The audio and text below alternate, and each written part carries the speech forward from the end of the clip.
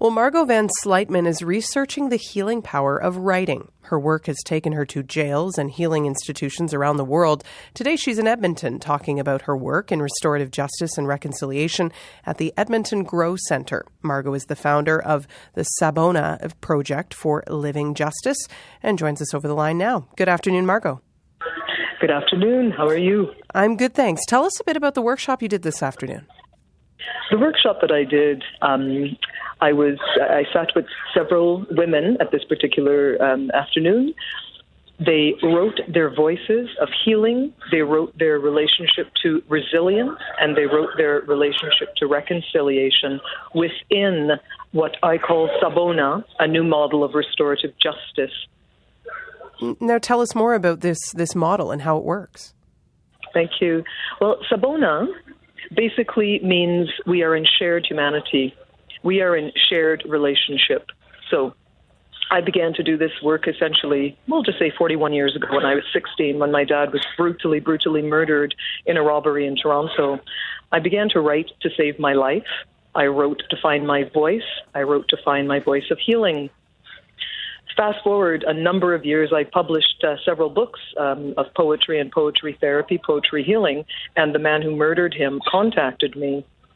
And it struck me that I should be working with victims of crime and that I could be working with offenders as well in terms of writing their voices to remind themselves that they matter, that they can dig in really challenging and difficult emotions of grief and pain and savage loss, and remember that they are human, their voice matters, and that all of us, no matter the brutal crime we've committed or the brutal crime committed against us, we're in shared humanity, and that humanity matters. So that's what we write about. And Sabona, a new model of restorative justice that I wrote at the Basque University, invites a way in to be able to address some very, very horrific things that happen in people's lives, including murder, rape, and cultural genocide.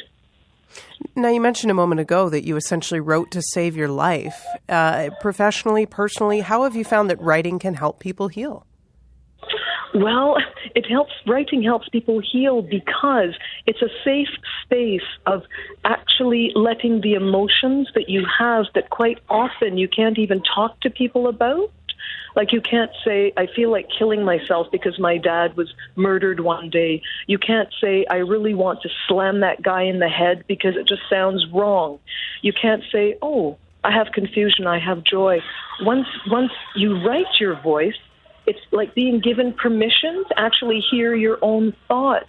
And in so doing, then you can move through pain, you can move through grief, you can move through confusion. You know, that's how it works. I have sat in prisons. I was recently in Thunder Bay at the women's prison there, and the young women wrote and spoke their voices. The staff did the same thing, you know, and people remembered that we're not just a brutal act that we have done or the brutal act committed against us. What are some of the responses, reactions, and even feedback that you've received as you've worked with different people, like, for example, at this jail in Thunder Bay? It's powerfully moving. I offered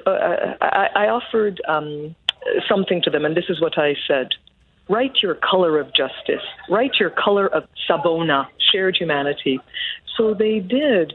And then just from choosing a color, yellow was the popular one, then they were able to speak of their life, of their yearnings, of their shame, of their joy in a jail. Can you imagine? That's what they were able to do. This afternoon at our workshop here, you know, an individual was speaking about, I'll use this phrase, even at her age, she didn't realize that she was a victim. And she knew she was a victim and she couldn't talk about it. And here she was writing about that. When I was at Polesmore Prison in Cape Town, where Nelson Mandela lived 8 years of his life, the young men in there, what do? I started with color. They go with color and they talk about their lives. Like, you know, because somebody is witnessing, hearing, and someone cares. And someone who has experienced this from, you know, 2 bullets to, well, being now a grandmother. Mm-hmm. How have you also related this work back to truth and reconciliation within the Indigenous populations in Canada? I relate it back to our TRC for several reasons.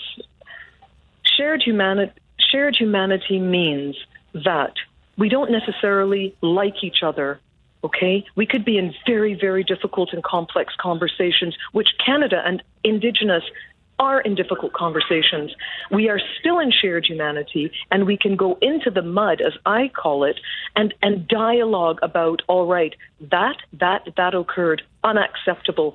How do we move forward together? How can we do this? And not ignore the painful questions, not step aside from our guilt and our shame, but step into these places. When I was in Thunder Bay, I met with the new head of the police board, Selena Reitberger, and she is a First Nations woman, and we talked about exactly this, that Sabona is a way in to those difficult conversations where, for a time, yes, we do feel us, like we are us versus them. And then all of a sudden we're recognizing the similarities of wanting goodness for each other, wanting to receive and give and be support. That's what Sabona, a new model of restorative justice, offers. And what can people expect from the lecture this evening as well?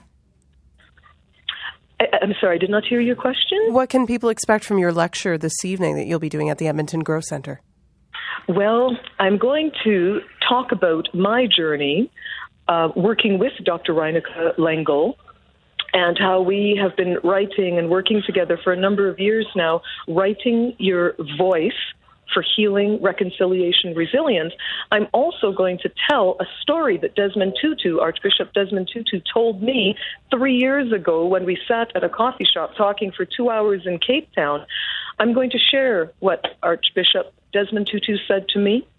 I'm also going to share what Theodore Van Sluytman's last words were before he wore 2 bullets that took him to heaven at the age of 40. And I will share that process, that trajectory, and I will speak about what the astounding Senator Murray St. Clair and I spoke about in relation to Sabona. I will also speak about what my friend, ally, and mentor, Senator Kim Pate, has told me about love and justice and how Sabona matters in these conversations that do not stick with retribution, do not stick with harming people because you've been harmed. These are the things that I will be speaking about this evening. And of course, I'll be inviting dialogue at the end. Well, really appreciate your time this afternoon, Margot, and thanks for sharing your experiences as well as more about Sabona with us. An absolute privilege and pleasure. Sabona, thank you so very, very much. That's Margot Van Sluytman and Dr. Reinicke Lengel. They will both be giving a free lecture on their work tonight at 7 o'clock at the Edmonton Grow Centre.